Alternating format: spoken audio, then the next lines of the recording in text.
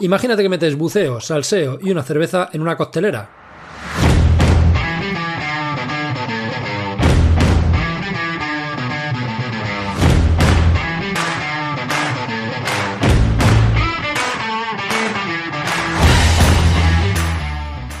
Agítalo bien y bienvenido a The COVID Rush, el podcast de buceo donde habrá salseo y que podrás disfrutar con una buena cerveza fresquita.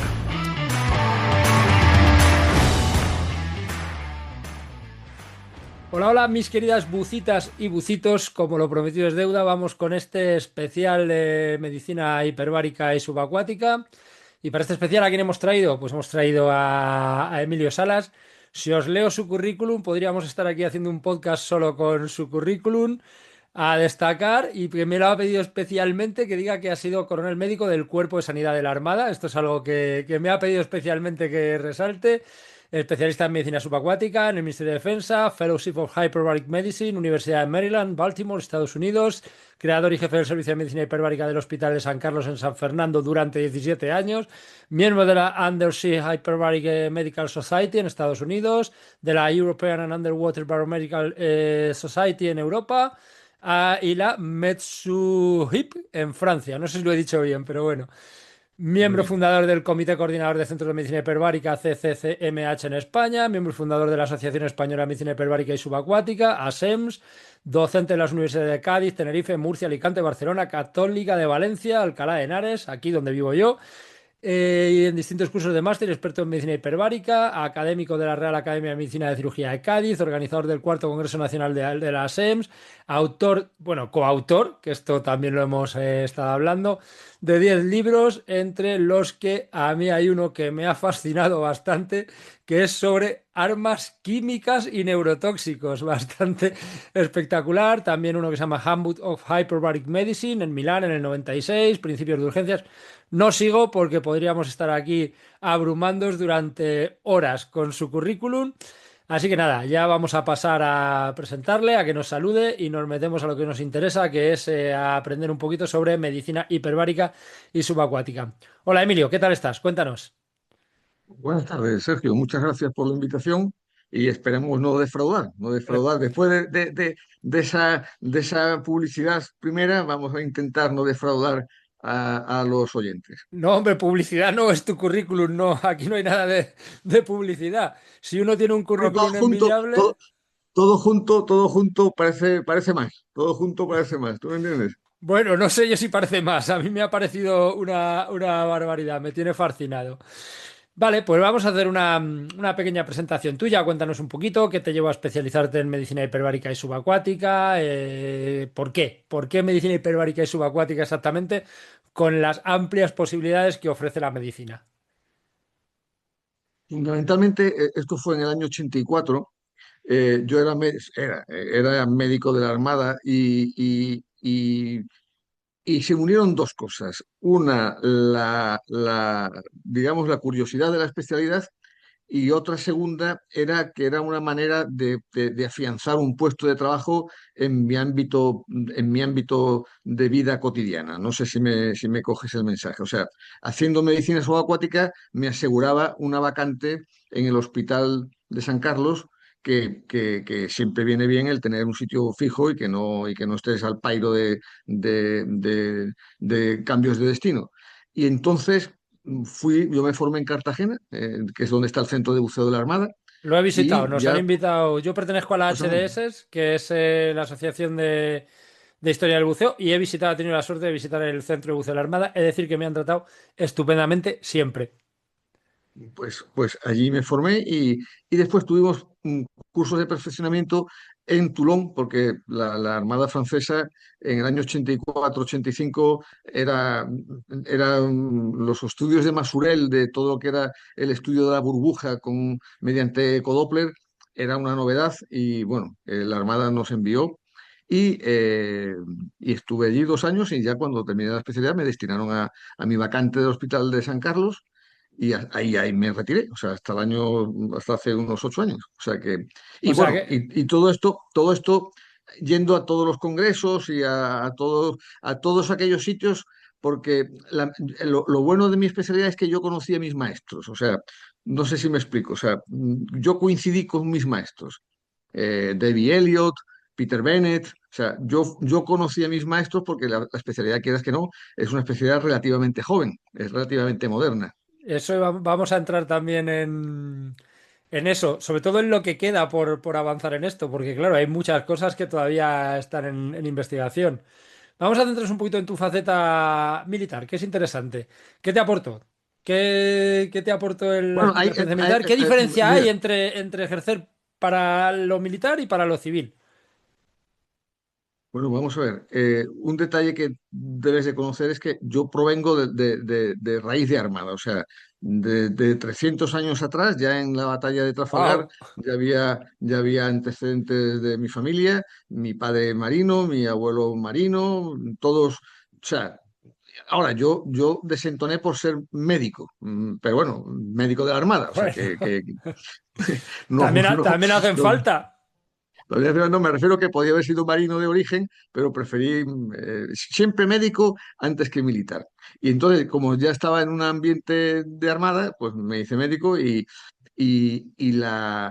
pues la diferencia fundamental, yo que he ejercido también la actividad privada en el ámbito civil, la fundamental yo creo que es el deber, o sea, el concepto del deber, o sea, al no haber sindicatos, al no haber asociaciones, al no haber un corporativismo desde el punto de vista sindical, el médico militar tiene un concepto del deber que se tiene o no se tiene, no se aprende. No sé si me coges el mensaje. O sea, lo que es estar de guardia cada 2 días, eso no hay una legislación que lo permita y no hay una normativa que lo admita, pero cuando estás tú solo.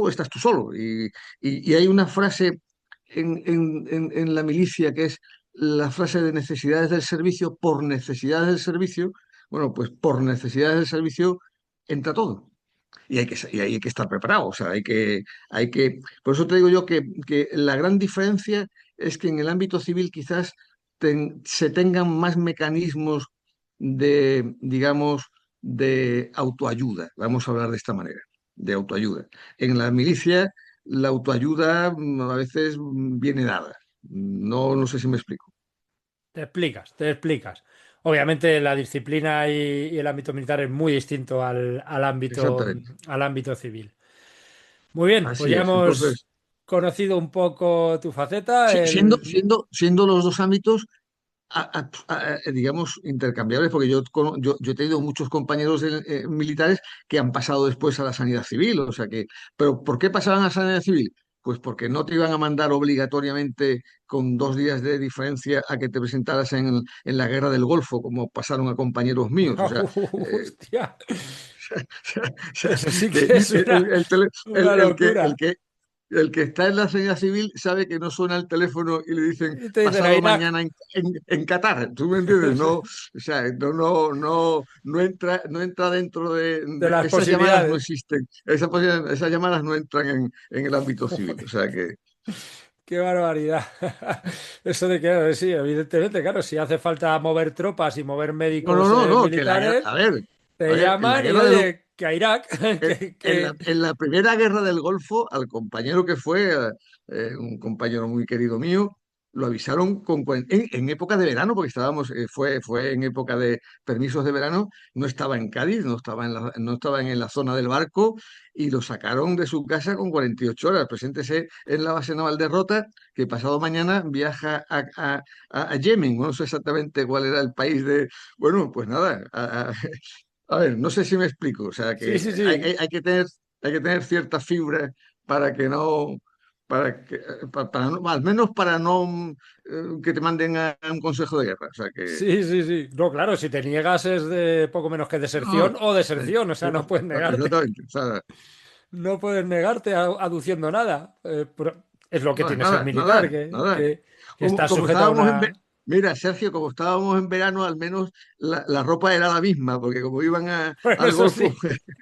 Eso sí es verdad, una lectura positiva, muy bien. Muy bien, Exactamente. me llevan allí a Irak, pero por lo menos me puedo ir en manga corta con. Exactamente, Muy, no, muy, no tuvo muy que echar bien, mano del fondo del armario. muy bien, fenomenal. Vale, Una cosa para aclarar, sobre todo, yo sí sé, evidentemente, más o menos en qué se diferencian, pero sucintamente, ¿en qué se diferencia la medicina subacuática de la medicina hiperbárica? En un par de párrafos. En un par de párrafos es que la medicina hiperbárica es la aplicación médica del oxígeno hiperbárico como medicamento, que se utiliza a una presión concreta, en unas dosis concretas, en unos tiempos concretos, dentro de lo que se llama cámara hiperbárica, dentro de lo que es una cámara hiperbárica. O sea, es la aplicación para la patología común, la patología general de lo que es el uso del oxígeno hiperbárico. Y la medicina subacuática de lo que trata es de aquellas patologías específicas que se dan en el ámbito del buceo, tanto la patología como la fisiología. O sea, no es lo mismo la fisiología a nivel de calle que la fisiología a 10 metros, 20 metros o 30 metros de inmersión. Entonces, el tema está en que una trata la fisiología y patología específicamente de buceo y otra trata el uso de los medicamentos, o sea, como un medicamento que es del oxígeno a presión en cámara hiperbárica al 100%. Vamos a poner dos, tres ejemplos de uso medicinal del oxígeno no relacionados con el buceo. Yo sé que, por ejemplo, se recomienda mucho para cicatrización. También sé que los deportistas de alto rendimiento lo usan. Vamos a desarrollar esto brevemente y Pues ya nos mira, te voy a metemos poner a... un par de ejemplos. En urgencias hay dos situaciones que son, que pueden ser mortales, que es como la intoxicación de monóxido de carbono Bien. o la aeroembolia. O sea, ahí es cuando a veces se hacen estudios en donde hay que meter aire para hacer algún tipo de prueba, a veces se corre el peligro de que ese aire vaya a la circulación y produzca una aeroembolia, como si esto fuera una burbuja del buceo. Bueno, pues tanto la intoxicación de monóxido como el aerombolismo requieren tratamiento en cámara porque tenemos el riesgo de que fallezca el paciente.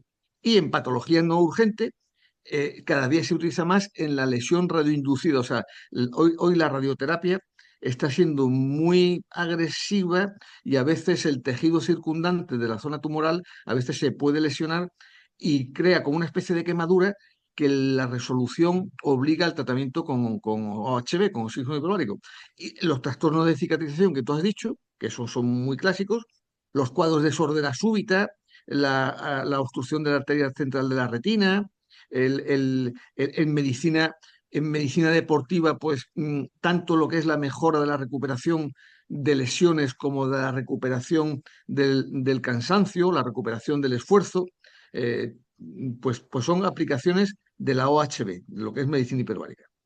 Muy bien, muy bien explicado, la verdad, y sobre todo muy sucintamente, que tampoco con Bueno, todas las preguntas que han entrado, que son muchas de los oyentes, vamos a tener que precisar muy bien, ir tú me muy sacas al tarjeta, tiro. tú me sacas tarjeta No, amarilla cuando tú veas que me enrollo mucho, tú me sacas tarjeta amarilla.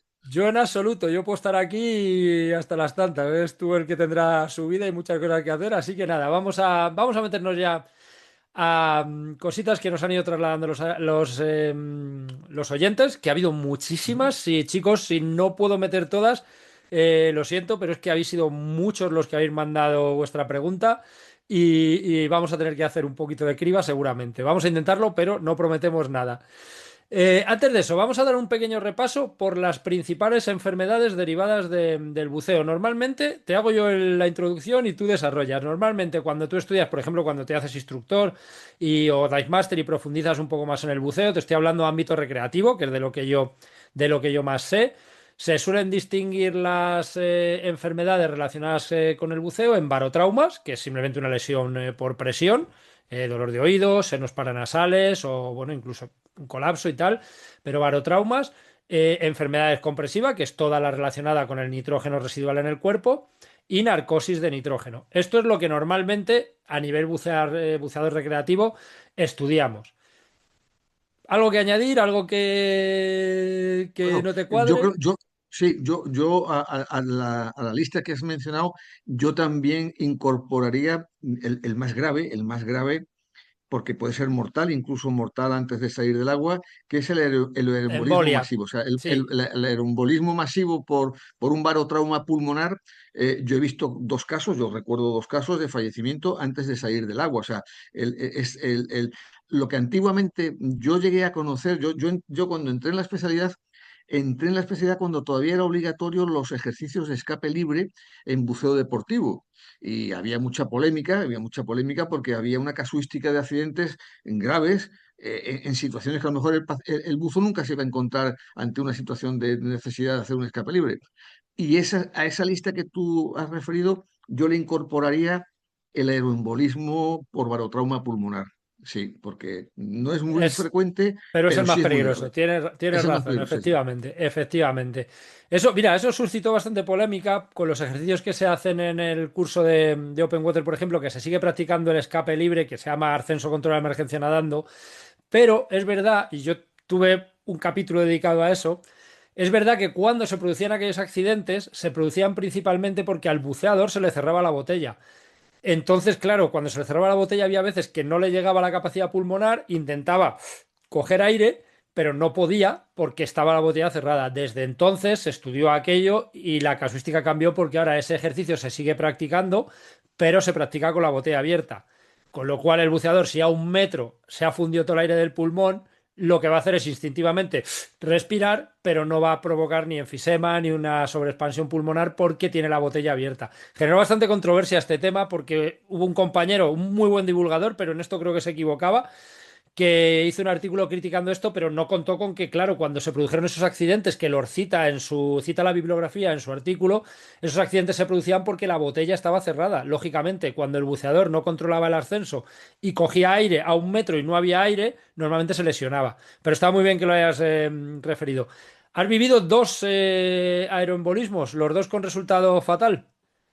Los dos con resultado fatal porque eran ejercicios en el ámbito militar, Mm, en escape libres desde 30 metros, un escape libre desde 30 metros eso en la es mar, muy complicado. Sí, sí. aunque hay unos tutores, hay unos vigilantes que vigilan que el buzador va por debajo de la burbuja, o sea, que va exhalando el aire, pero bueno, Sergio, las cosas cuando se cuentan es porque Sí, sí. pasan. Y en dos ocasiones, en alumnos, concretamente en alumnos, porque en el entrenamiento militar existiendo el ejercicio de escape libre. Bueno, ha habido la mala suerte de dos casos fatales, efectivamente. Eso. Y además con fallecimiento mm, prácticamente al hacer superficie, o sea, ya no, ya los mecanismos de reanimación fueron inútiles porque salieron prácticamente muertos desde el fondo. En agua. Es que 30 Sí. metros para un escape libre son muchos metros. Es que claro, Son claro, muchos metros, desde luego. claro, es que es lo que Bueno, pasa. es Sí, lo que pero como, tiene, es lo que a tiene ver, tu profesión, que la tragedia está ahí siempre.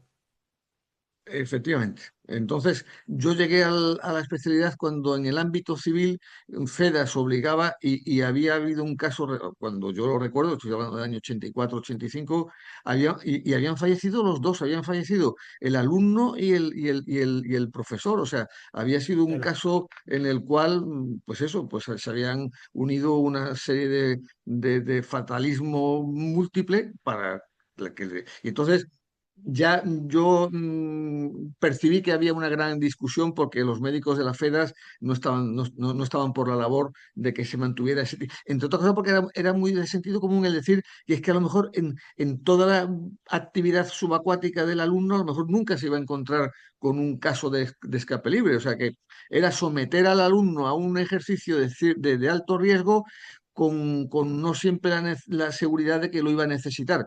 Era que se explicara teóricamente, que se le explicara perfectamente el diseño de la técnica, pero no obligarlo a hacer físicamente, que creo que de aquella época eran dos escapes libres desde 5 y desde 10 metros. Te estoy hablando muy de memoria, Sergio? Han pasado muchos años y creo que eran 5 y 10 metros. Puede ser. Ahora, cuando se practican ese tipo de ejercicios, por ejemplo, en un curso de Open Water se practican en piscina 9 metros y mar 6, pero ya te digo, con la botella abierta siempre. Yo sí, me aquí sí que soy partidario de que me parece un ejercicio que, porque a ti te pueden explicar teóricamente lo que quieras, pero como no lo hayas practicado No, no, nunca. Sergio, aquel ejercicio se hacía sin botella, o sea, era Ah, dejar la claro, botella era en el dejar, fondo, claro, es que la botella en el eso fondo es y una para arriba. locura. O sea, era dejar la botella en el fondo y tirar para arriba por debajo de la burbuja. Bueno, pues eso, a ver, había muchos buzadores y en el 99,9 salía bien, pero bueno, el Sí, 0,1% ese es el que... claro, pero explícale a la familia del 01 por qué ha sido él el 01. Es que esa es la complicación. Esa es la Así es, complicación. así es. Vale, vamos a tocar un tema. Han caído varias preguntas de esto. Es un tema que me interesa mucho porque quizás sea el tema de medicina subacuática que más buceadores desconocen. De hecho, hace no tanto, una chica a la que le suelo mandar los mensajes, le solía mandar los mensajes de las quedadas que hacemos y tal, me escribió, coincidí con ella en un viaje a Maldivas, nos hicimos así, bueno, pues tuvimos buen rollo, tanto mi mujer y yo con ellos, que era una parejita, y me escribió después de recibir los mensajes, me dijo, mira, Sergio, no te lo tomes a mal, pero es que tenía una enfermedad descompresiva, y dice, entonces no quiero saber nada del buceo porque me asusté mucho. Y es porque tenía el famoso FOB o foramen oval permeable. Esta es una patología que creo que no se divulga lo suficiente a buceadores. Tú preguntas a una gran cantidad de buceadores de nivel iniciación, open water, y ni siquiera han oído hablar de esto. Sí se les ha explicado acerca de enfermedades compresivas, pero no se trata del FOB. Y hasta donde yo sé, y los datos que manejo no vienen de cualquiera, vienen de Ramón Verdaguer, creo que está entre un 30 y un 35% de la población que tenemos foramen oval permeable. Explicamos muy brevemente qué es esto, Emilio, y luego te hago algunas preguntitas que han caído. Pues, Sergio, al grano, vamos al grano. Como bien Venga, dice Ramón Verdaguer, la población general, entre el 30 y el 33%, tiene foramen, ¿qué es el foramen oval? Es una comunicación interauricular en donde aquello que se debería de cerrar, aquello que se debería de cerrar al nacer, en el momento del nacimiento, en el 30% de la población se mantiene permeable. O sea que el foramen oval no se cierra, por eso se dice permeable.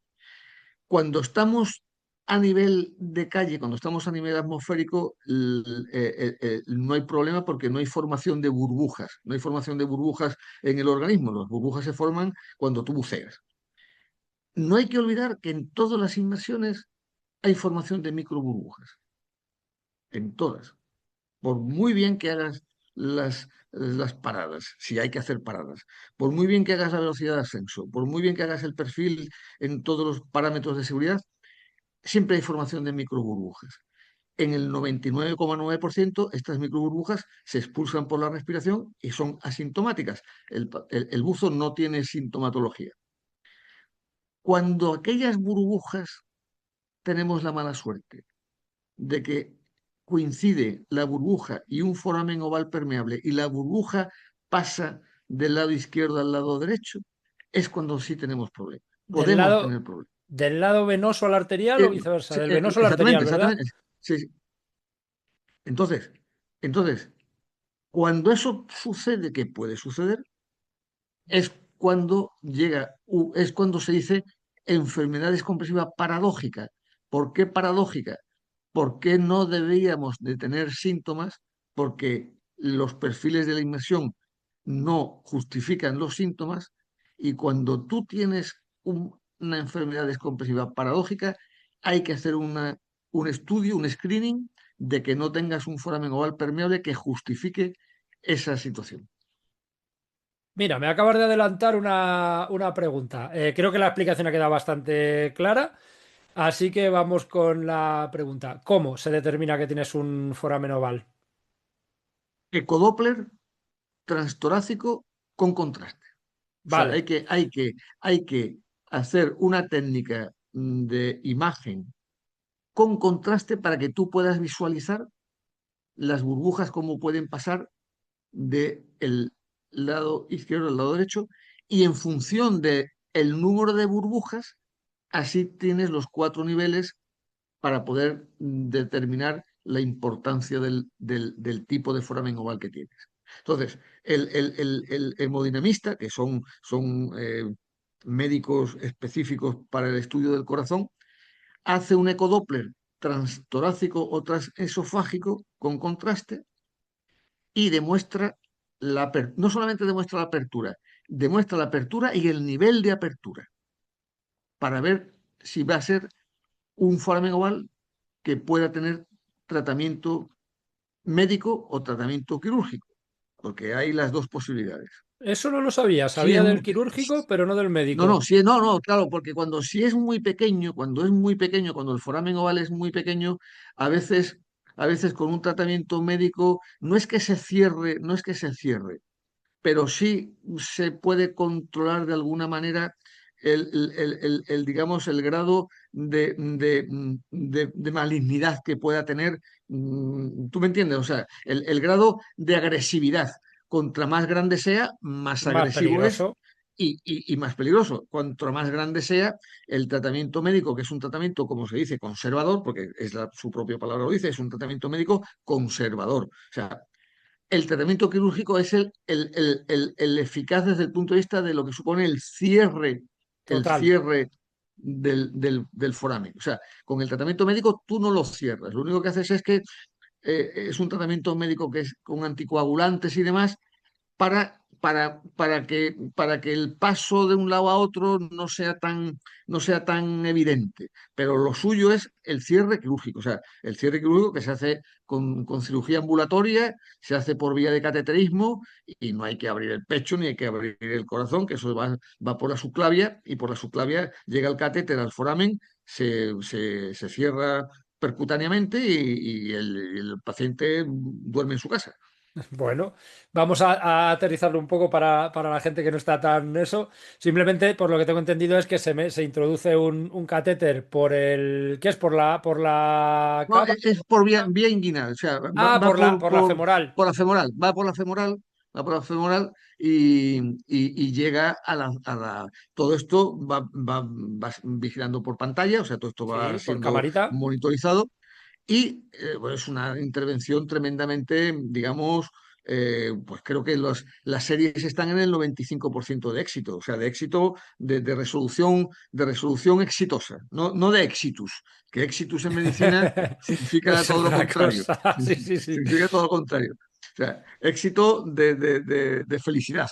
Y entonces, eh, es la única manera, hablo desde el punto de vista del buceo profesional, es la única manera de que un buzo profesional pueda mantener su actitud de buceo, porque con un foramen oval permeable está contraindicado bucear, y mucho más desde el punto de vista del buceo Profesional. profesional. Sí. En el buceo deportivo, esto es como todo, Sergio. En el buceo deportivo mm, se puede hacer de todo, porque yo he visto parapléjicos buceando, he visto ciegos buceando, pero estamos en las mismas.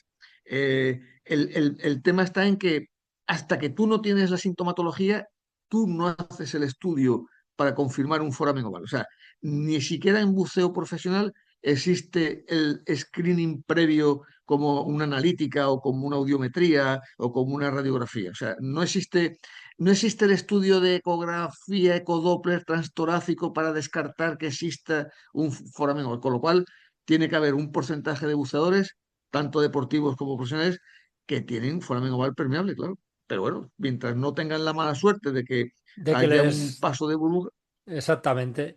Lo sé porque yo conocí un instructor, no voy a decir quién porque no es algo que divulgue él así a los cuatro vientos, pero conocí un instructor que después de 5.000 inmersiones, un día descargando bueno, el barco, se ve que hizo un esfuerzo, el esfuerzo le debió contraer el corazón de alguna manera, le pasó una burbujita y después de 5.000 buceos a hiperbárica y su propio bueno, médico le dijo que le daba la baja en ese momento. Dice, te declaro incapaz porque es tu profesión. Y le dijo, no, no, no, a mí me cierras.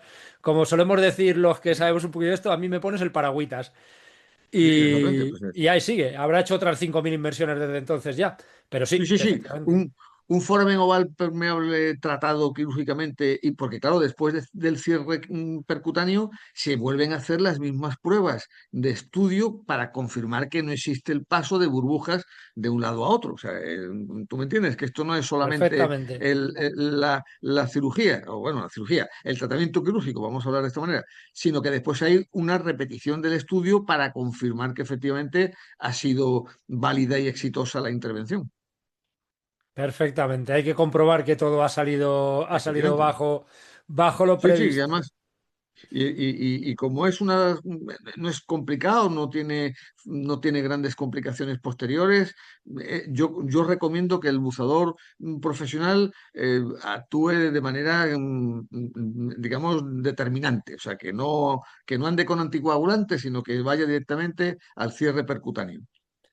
Me parece un buen consejo. La siguiente pregunta que tenía era si una persona con foramen oval permeable puede hacer buceo y específicamente buceo técnico, pero evidentemente el foramen oval permeable es contraindicado para el buceo, ya lo has dicho tú.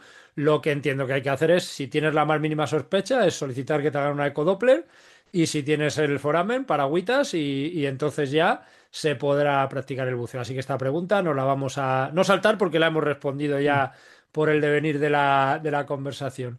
Me preguntaba uno por aquí que cómo se puede hacer para que la sanidad pública cubra un foramen oval permeable. No sé si aquí le podrás dar alguna pista o directamente Bueno, esto es muy vamos a complicado. ver, yo creo que el foramen oval permeable, es que pasa una cosa, la sanidad pública cubre el tratamiento, pero porque estamos hablando del buceo, pero hay ictus, hay cuadros de ictus eh, que de origen desconocido, que cuando hacen los estudios, el ictus viene porque ha pasado un microtrombo o ha pasado un microémbolo y ha producido un daño cerebral y se justifica por el foramen oval. ¿Qué significa? Que la sanidad pública cubre el tratamiento en todos aquellos casos en donde ya haya habido una sintomatología. No sé si me Sí, coges el mensaje. O sea, perfectamente. tanto buceadores como no buceadores, si tú ya presentas una sintomatología derivada de un foramen oval permeable, la sanidad pública te lo va a tratar. Si encima eres buceador profesional, pues entiendo que las mutuas, porque tú sabes que esto depende casi Sí, en todo de las mutualidades, las mutuas ya tienen un protocolo de actuación, que no haya unas demoras y que no haya un tiempo de espera, ¿tú me entiendes? Porque a la mutua le cuesta dinero el buzo que no se tira al agua, o sea que quiere decir que la sanidad pública cubre la corrección. Lo único que hace falta es tener los motivos o causas que justifiquen la, la corrección, o sea, que justifiquen el tratamiento. O sea, pero que no tenga la duda la persona que ha hecho la pregunta de que un foramen oval ya diagnosticado entra dentro de los tratamientos de hemodinámica de los hospitales, porque además es una intervención que no es compleja, no hay que ir a Houston, o sea que te quiero decir que sí, que se se, puede que, que hacer se, rápida. que se puede hacer de una manera ambulatoria, o sea, que no es una actividad terapéutica que esté fuera de la cartera de servicios. Bueno, pues bueno saberlo. Ahí queda la respuesta, pero tienes que haber tenido alguna sintomatología. Tiene que haber una motivación, obviamente. Tiene que haber una motivación para que se ponga en marcha el protocolo de tratamiento.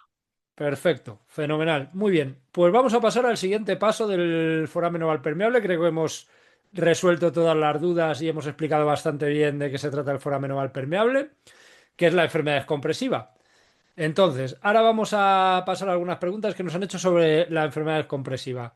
Una que nos han hecho es, y esta es importante, es una persona que ha sufrido una enfermedad descompresiva, ¿qué probabilidad hay de que vuelva a tenerla? Imagino que será dependiendo también de las causas que la hayan provocado, porque no es lo mismo que sea por foramen oval permeable que haya podido ser por un ascenso rápido o por cualquier otra causa. Pero bueno, es A ver, si la causa es conocida, Sergio, si la causa es conocida, o sea, si te has saltado las paradas de descompresión porque te faltaba el aire, pues oye, pues si te vuelve a pasar lo mismo, posiblemente vuelvas a repetir la enfermedad descompresiva, porque si no calculas el aire de reserva, pues. Pero lo que sí está descrito es que las personas que han tenido enfermedades compresivas, independientemente de la causa, no vamos a- es que tienen ya no digo una tendencia, pero tienen unas probabilidades de repetir el cuadro de enfermedades compresivas. O sea, tú sabes que la enfermedad compresiva intervienen muchos factores, y muchos de esos factores son personales, son intrínsecos del propio individuo, del propio buceador. Pues esos factores intrínsecos están ahí. Con lo cual, si tú tienes como te digo yo, si tú tienes los hematíes normales, pero un poco, pero en el límite superior, todo lo que sea espesamiento de la sangre, ya tenemos ahí una, una, una motivación que no, eso no es, como te digo, eso no es una enfermedad, porque si tú tienes el rango entre 4 millones y 5 millones de hematíes y tienes 5 millones, tienes 1 millón más del que tiene 4. O sea, los dos son normales, pero estás en el rango en el superior. rango alto. Bueno, ¿qué significa? Que ya da la impresión de que tú tienes una sangre en la cual, si encima tienes microburbujas, los grumitos que se pueden formar ya no es lo mismo que si tuvieras 4 millones de matices. O sea, por eso yo, por eso yo digo, promuevo mucho que la gente vaya muy bien hidratada a la inmersión, que no se pegue una sudada antes de ir, porque todo lo que sea perder líquidos es espesar la sangre y añadir un factor de riesgo. ¿Tú me entiendes? Con lo cual, cuando uno ha tenido una enfermedad descompresiva de una causa que no es una causa que tú dices, coño, es de libro, que se han saltado todas las normas, cuando una persona ha tenido una enfermedad descompresiva de un origen un poco, bueno, sí, que se han hecho algunas cosas regular, pero tal, eh, las, los factores intrínsecos, los factores personales, por ejemplo, la grasa femenina. La grasa femenina retiene más el nitrógeno que la grasa masculina. A igual peso, buceador, buceadora, la buceadora debe de mantener un nivel de autoayuda más estricto que el varón, porque la grasa femenina se elimina el nitrógeno con una mayor, o sea, tiene más capacidad de retención y más lentitud en la eliminación. Pues bueno, pues ya tenemos que en chicas pues ahí hay un factor que hay que cuidar porque si has tenido una enfermedad descompresiva, por lo que sea, no es inusual, no es que quiere decir que sea obligatorio, pero no es inusual volver a repetir, sobre todo las enfermedades compresivas tipo BENS, ¿tú me entiendes? O sea, las que son más bien de dolores articulares más que otra cosa. Por microburbujas más que... Exactamente. O las manchas. Yo cuando empecé la especialidad, las manchas no se trataban en cámara. Yo ya cuando empecé a ejercer como especialista, las manchas sí las trataba porque podía ser el inicio de una enfermedad descompresiva más seria, más, más, más compleja. Bueno, pues si a mí me llega un buzo solamente con manchas y me llega a mi servicio y me llega a mi hospital, ya que usted está aquí, vamos a entrar en cámara. Bien, yo he Porque, tenido, porque tengo la sospecha de que he tenido subcutánea un par de veces y es verdad que nunca he tratado con cámara. Vamos, es que lo que he hecho inconscientemente, porque esto hace muchos años, pero ha sido, a lo mejor he vuelto a bucear y de repente se ve que se ha recomprimido todo y se han vuelto. Porque al final es una recompresión de las a ver, microburbujas, pero la, la fisiología y la medicina, como tú me dirás, yo siempre digo lo mismo, que no hay enfermedades sino enfermos. O sea, yo después ya de 45 años de práctica médica, la diabetes es la diabetes, pero los diabéticos son cada uno de su padre y de su madre. O sea que pues, la diabetes es la misma, pero cada paciente es sí, tiene cada una uno de ellos. Pues sintomatología y... así es. Entonces, hay casuística de series en las cuales se hace ver las probabilidades mayores cuando ya has tenido un cuadro de enfermedad compresiva. Eso es lo que tenía entendido, así que ya sabéis, si habéis tenido una enfermedad compresiva, que sepáis que tenéis ahí un este y hay Hay que que ser cuidarse un más, poquito más, hay más que ser estricto. más, exactamente, más precavido, efectivamente. Has tratado un tema que enlaza con otra pregunta que tenía yo, porque tengo escuchado, pero es verdad que las fuentes de las que las he escuchado no han sido médicas, pero sí que gente, buceadores de mucho nivel y tal, que se está estudiando si la menstruación es un factor de riesgo. Ya has dicho que la grasa de las chicas tiende a retener más el nitrógeno. ¿Qué me puedes contar de esto? Porque he Mm, oído de varios casos femeninos que justo cuando estaban con la menstruación han buceado y toma una subcutánea o una descompresiva. ¿Es casualidad Pero o hay estudios? no es casualidad, porque está ligado, o sea, no es que esté ligado a la menstruación digamos que es el signo evidente, está ligado a los cambios hormonales Hormonales. que se tienen, a los cambios hormonales que se tienen durante la menstruación. No sé, o sea, por menstruar, o sea, por perder sangre vía uterina, vaginal, no tienes una problemática, no, no, no. Lo que da una posibilidad de riesgo en casos muy específicos, son los cambios hormonales, porque en toda enfermedad descompresiva lo que hay no es una enfermedad, es un síndrome. O sea, la enfermedad descompresiva es un síndrome porque hay muchas cosas en marcha. Muchas cosas. Y una de esas cosas son los factores de coagulación y son todos los factores que afectan a la circulación. ¿Tú me entiendes? O sea, no solamente es el que tú bebas líquidos antes de bucear para tener una fluidez en la circulación, es que los cambios hormonales de la menstruación sí pueden tener algún efecto, no digo una palabra técnica porque no quiero ser cursi, pero sí puede ser que los factores hormonales tengan actuación en lo que es el espesamiento de la y la sangre. coagulación de la sangre. Así es. Perfecto. Pues ya sabéis, chicas, si buceáis y estáis con la regla, con la menstruación, hay que cuidarse todavía más y sobre todo hidratarse todo lo que se pueda, todo lo que se Exactamente. pueda. Así. O sea, Muy bien. evitar todos los ejercicios de sudoración o todas las situaciones de sudoración. Hay veces que haces un viaje en avión o has hecho un viaje por carretera y o estás en verano, hay una humedad, pierdes líquidos. O sea, pues eso sí es interesante y conveniente que lo controlemos. Perfecto. Pues nada, lo tenemos que tener en cuenta y especialmente las chicas, ya veis que por lo que sea tenéis más factores de riesgo. No es machismo, es biología. Así No, sí, que hay así que es. cuidarse un poquito más, chicas. Ya lo siento por vosotras, pero bueno, cuidándose y haciendo las cosas bien no tiene por qué haber ningún problema.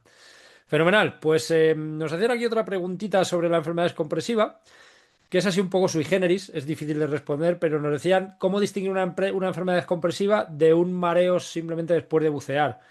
Entiendo que la descompresiva lleva más sintomatología, pero bueno, nos habían lanzado la pregunta, yo te la traslado. ¿El mareo de la descompresiva tiene algo en particular que nos pueda dar una pista de que no es un mareo convencional por movimiento tal?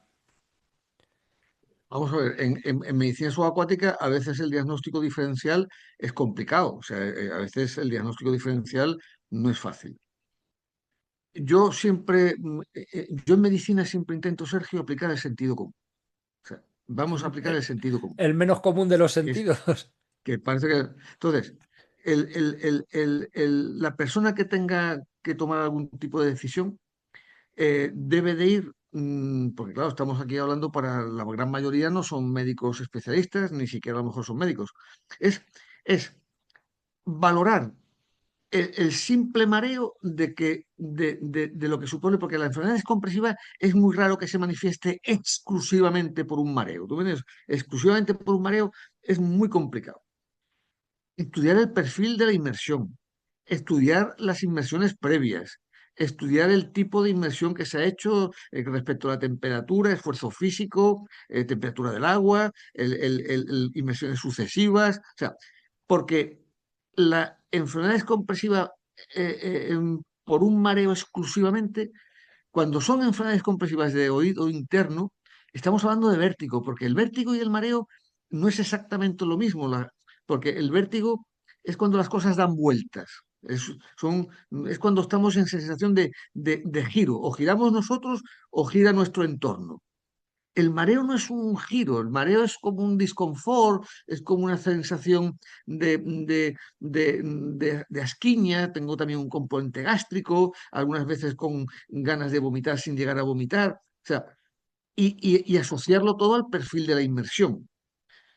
No sé si me estoy enrollando Sí, demasiado, o sea, hacer un cuadro completo de si hacer un cuadro realmente completo, he hecho algo mal o tal. Es que claro. esta pregunta yo sabía que es muy complicado de determinar, porque un Es que, mareo te puede dar es por ir que en la Zodiac o Exactamente, es que el mareo es tan sumamente personal, porque cada uno lo manifiesta de una manera distinta, pero en una enfermedad descompresiva de oído interno, que sería el que tendría que darte el mareo, porque el órgano de equilibrio está en el oído interno, se manifestaría también a lo mejor por pitidos de oídos, sensación de sordera, algún disconfort en el oído. ¿Tú me entiendes? O sea, no sería exclusivamente el mareo. mareo. Y aparte que la gente, además, gente que los buzadores todos tienen un nivel suficiente para lo que te voy a comentar, Cuando es vértigo lo refieren como vértigo y cuando es mareo lo refieren como mareo. No es exactamente igual el vértigo que el mareo.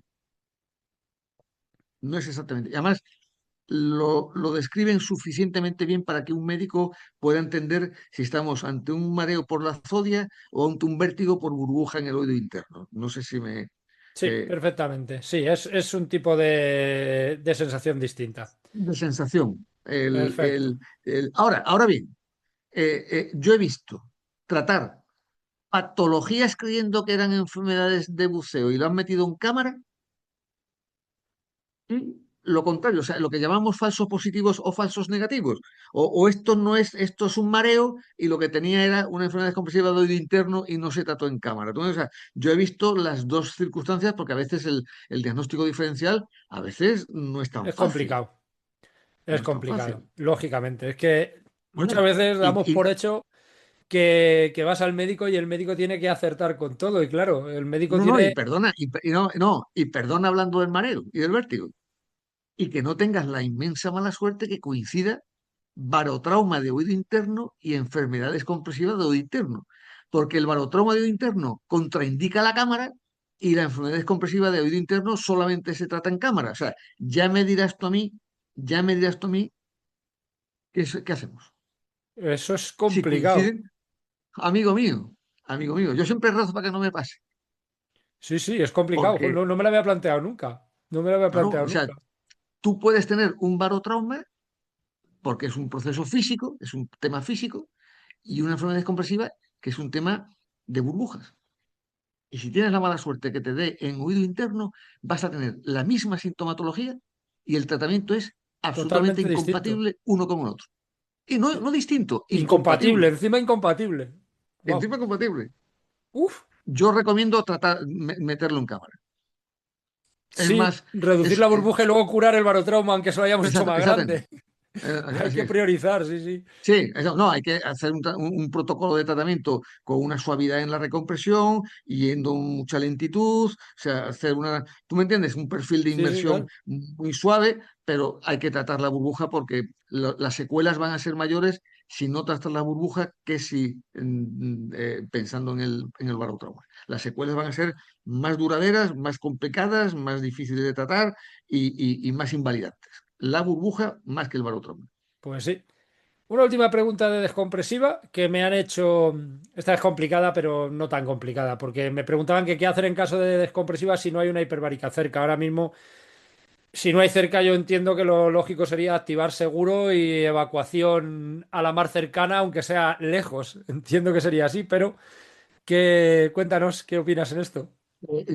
Yo, por supuesto, nunca recompresión en el agua. O sea, la recompresión en el agua ya hace años que se descartó porque exige una metodología que es imposible que uno mantenga la capacidad de botellas de reserva, el tratamiento de... O sea, el tratamiento recompresivo en el agua, olvidarse. Punto primero.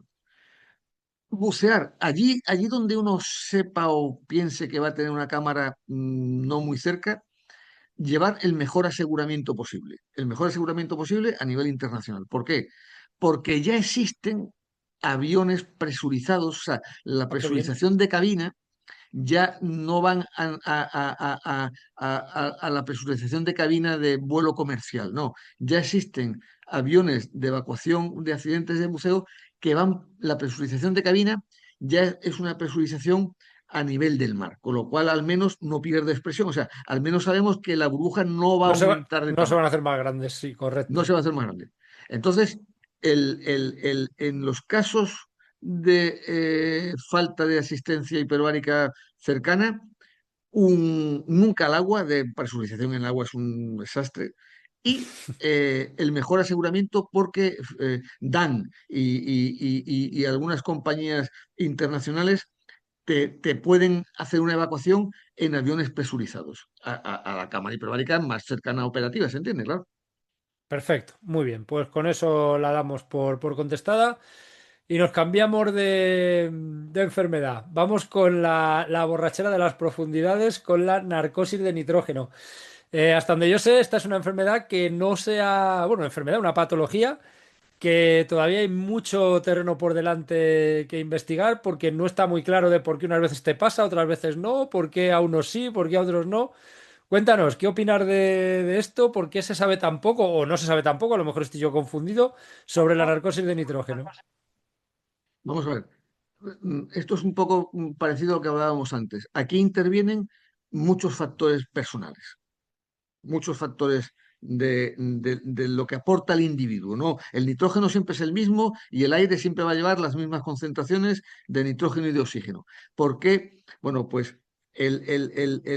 fundamentalmente van a intervenir aquellos factores en que coincidan aumento de la presión, porque en la narcosis a mayor presión, mayor capacidad narcótica del nitrógeno, y el ritmo ventilatorio, o sea, cuánta capacidad ventilatoria estás ejerciendo para meter cuántos litros de aire y cuánta cantidad de nitrógeno. O sea, no sé si me explico. O sea, la narcosis te lo aseguras aumentando la profundidad y aumentando la ventilación. Contra más al fondo vayas, más facilidad de que aparezcan. Porque la narcosis, por su propio nombre, a partir de los 35 o 40 metros, a veces ya empiezan a dar señales de narcosis. ¿Qué significa? Y hay una tolerancia también, Sergio. O sea, los buceadores muy buceadores de mucha práctica de buceo llegan a tener una tolerancia a lo que es el nitrógeno. O sea, hay una tolerancia al nitrógeno, con lo cual el nitrógeno no les resulta tan tóxico como si es un dominguero que va a bucear de higos a brevas. Punto primero. O sea, Sí, al final el cuerpo se acostumbra, es factores. como el que bebe a Bueno, menudo que le cuesta más exactamente, emborracharse. exactamente. O sea, ¿qué significa? Que la vigilancia de la narcosis está fundamentalmente en la prueba de ello es que los títulos de buceo se dan en función de metros de profundidad. O sea, que todas las titulaciones de buceo son a nivel de una formación en función de los metros. Pero a partir de 40 metros ya en muchos casos aparecen ya los primeros signos y síntomas de narcosis, que no suelen ser importantes, pero pueden llegar a serlos, porque una narcosis profunda te puedes ahogar. O sea, hay gente que en la narcosis se quita el regulador, se la quita el compañero. O sea, cuando el compañero ve que el otro hace alguna cosa rara, debe de pensar que a lo mejor su compañero está haciendo un cuadro de narcosis. Entonces, vigilancia de la profundidad y el ritmo respiratorio, que no sea una persona ansiosa que esté tragando mucho, ¿tú me entiendes? Sino que sea Sí. una inmersión reposada, una inmersión, pues eso, que sea una inmersión para disfrutar, que no sea una inmersión de un castigo. No, no, no, no. Entonces metes menos nitrógeno, con lo cual el cerebro, porque la narcosis es un cuadro de afectación cerebral por el nitrógeno, en donde si metes menos litros, pues te haces una autoayuda, ¿tú me entiendes? O sea que, pero siempre vigilando la presión de inmersión. O sea, a dónde estamos cómodos y de dónde sabemos que de aquí no vamos a tener problemas. O sea, hasta 40 metros es difícil que tú tengas cuadros de narcosis. O sea, se pueden dar, pero Yo he no es tenido frecuente. uno que recuerde a 36 metros y me sentía como si me hubiera hecho de Sí, corcho, una sensación muy rara, muy rara, sí, es raro. muy rara. Pero Sí, bueno, pero lo fundamental es el que a partir de 40 metros es cuando los cuadros pueden ser más agresivos. ok. Y Bueno, además, y además, una cosa, o sea, no hay una metodología para evitar la narcosis, salvo que tengas la vigilancia de la presión, porque al final la narcosis es un efecto del aumento de presión del nitrógeno a nivel cerebral, con lo cual a mayor profundidad incrementas la presión, incrementas la actuación del nitrógeno. O sea, que no es esto que tú dices que bebo más líquidos, que no, no, no, aquí no hay esa autoayuda. Aquí hay que vigilar que la presión nunca sea una presión que te vaya a provocar una posibilidad de narcosis. Y a partir de 40 metros, bueno, y en tu caso de 36, pues ya empiezan a haber situaciones que se pueden provocar cuadros de narcosis. A nuestros efectos como buceadores recreativos, como la profundidad máxima son 40, la que nos dejan bucear, pues hay pocas, pero sí es verdad que hay gente que a partir de 30, de hecho cuando se estudian los cursos de buceo recreativo, siempre se dice que a partir de 30 metros ya eres susceptible de sufrir narcosis y Sí, que por eso claro. se limita la profundidad del avanzado a 30 metros y si quieres Claro. hacerte buceador profundidad, pues tienes que hacer un curso adicional, Yo pero he puesto 40 porque ahí sí que, o sea, de 30 a 40 podemos, claro que podemos, porque incluso a lo mejor hasta en 20 tienes la mala suerte de que en 20 ese día, tú ese día vas a tener algún problema. Pero, pero yo me estoy yendo a la generalidad, Sergio, para no crear alarmismo, porque así, si empezamos a perfecto, ponernos ¿no? fatalistas, si nos ponemos fatalistas, ya mañana No no nos bucea nadie, ponemos. ¿no? No nos No, ponemos fatalistas. no nos ponemos fatalistas.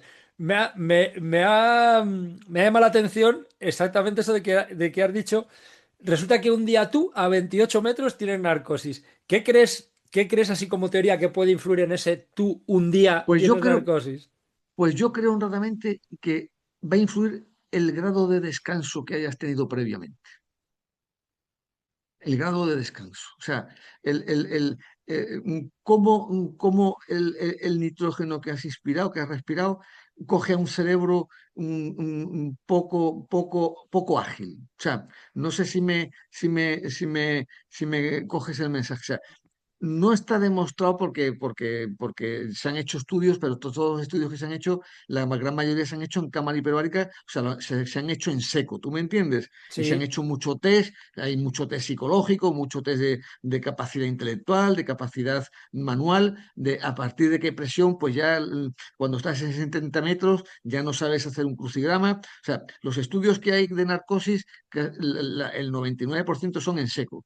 ¿Cuándo un individuo ese día tiene la mala suerte de tener un cuadro de narcosis? Pues yo creo que tiene mucho que ver con factores personales, pero de ese día concreto, o sea, un cansancio, falta de dormir, ejercicio físico a lo mejor los días anteriores, estado de estrés también, que también se asocia un poco una situación de cierto estrés, el que los mecanismos de narcosis aparezcan antes. O sea, ¿tú me entiendes? Los médicos siempre tenemos que buscar perfectamente. motivos, pero estudios concretos de por qué. Lo mismo que en la enfermedad descompresiva hay como unos estudios de los tejidos con las tablas y demás, y está todo como muy medido. En la narcosis hay un componente individual muy evidente y además de que es muy evidente, es que es incontrolable. O sea, no existe la pastillita para evitar la narcosis.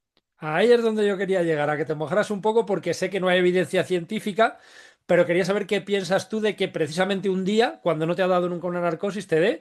Me gusta la propuesta del cansancio y del estrés, yo creo que es bastante razonable. Espero que se vayan haciendo estudios y se avance más, porque la narcosis es, como decía al principio, es una de las grandes desconocidas. No sé si estarás de acuerdo por lo que tú dices, todo se hace en seco Sí, y pero un tú día sabes y lo que un... pasa. Pero el Sergio, es desconocida porque en cierta manera es banal. O sea, yo que llevo 45 años en esto, me sobran dedos de una mano para que un accidente fatal pueda ser achacable a un cuadro de narcosis. O sea, no sé si me... O sea, la narcosis como más tiene una solución fácil, bueno, tan fácil como que reducir la no hay presión. secuelas. O sea, entonces, no implica un gasto de investigación, implica un gasto de precaución, pero no tanto porque aquí no hay secuelas, aquí nadie se queda paralítico, aquí nadie se queda con trastornos neurológicos, nadie pierde la vida como una aeroembolia, sino que, vale, pues mire usted, que usted sepa que a partir de 35 o 40 metros puede suceder esto. Pues mire usted, pues entonces, Tenga como cuidado. mira, como los buzos profesionales, el buceo autónomo está prohibido, con lo cual quiere decir que los buzos profesionales no se van a perder en el agua porque siempre van a tener un cabo y una manguera de sujeción, con lo cual evitamos un posible riesgo de que una narcosis muy profunda significara que te fueras al fondo. El buzo profesional no puede bucear en autónomo porque está prohibido. Quiere decir que evitamos ese riesgo. Y el buzo deportivo recreativo, tiene unas profundidades de límite, con lo cual es una medida de precaución. No sé si me explico. O sea, se tiende Perfectamente. se tiende a no gastar dinero en El- aquello que que no no mata. reporta. En aquello que no Así es. mata. Muy Que no bien. va- Que no mata y ya poniéndonos en el punto de vista de la administración pública, en aquello que tampoco nos cuesta dinero, porque no hay que hacer Exactamente. ordenamiento. Así es, así Muy es, bien. así es, Pues vale, pues así con es. esto zanjamos la narcosis. Me ha gustado mucho esta última explicación de por qué no se investiga. Es algo que yo siempre me he preguntado y me ha gustado mucho la explicación. Vamos con otro de los Sí, porque, grandes. dime. Dime, dime. No, no, No, digo que continúo, sí. iba a saltar ya a otro de los grandes Sí, sí, pasemos, desconocidos pasemos, en los pasamos que al siguiente tema.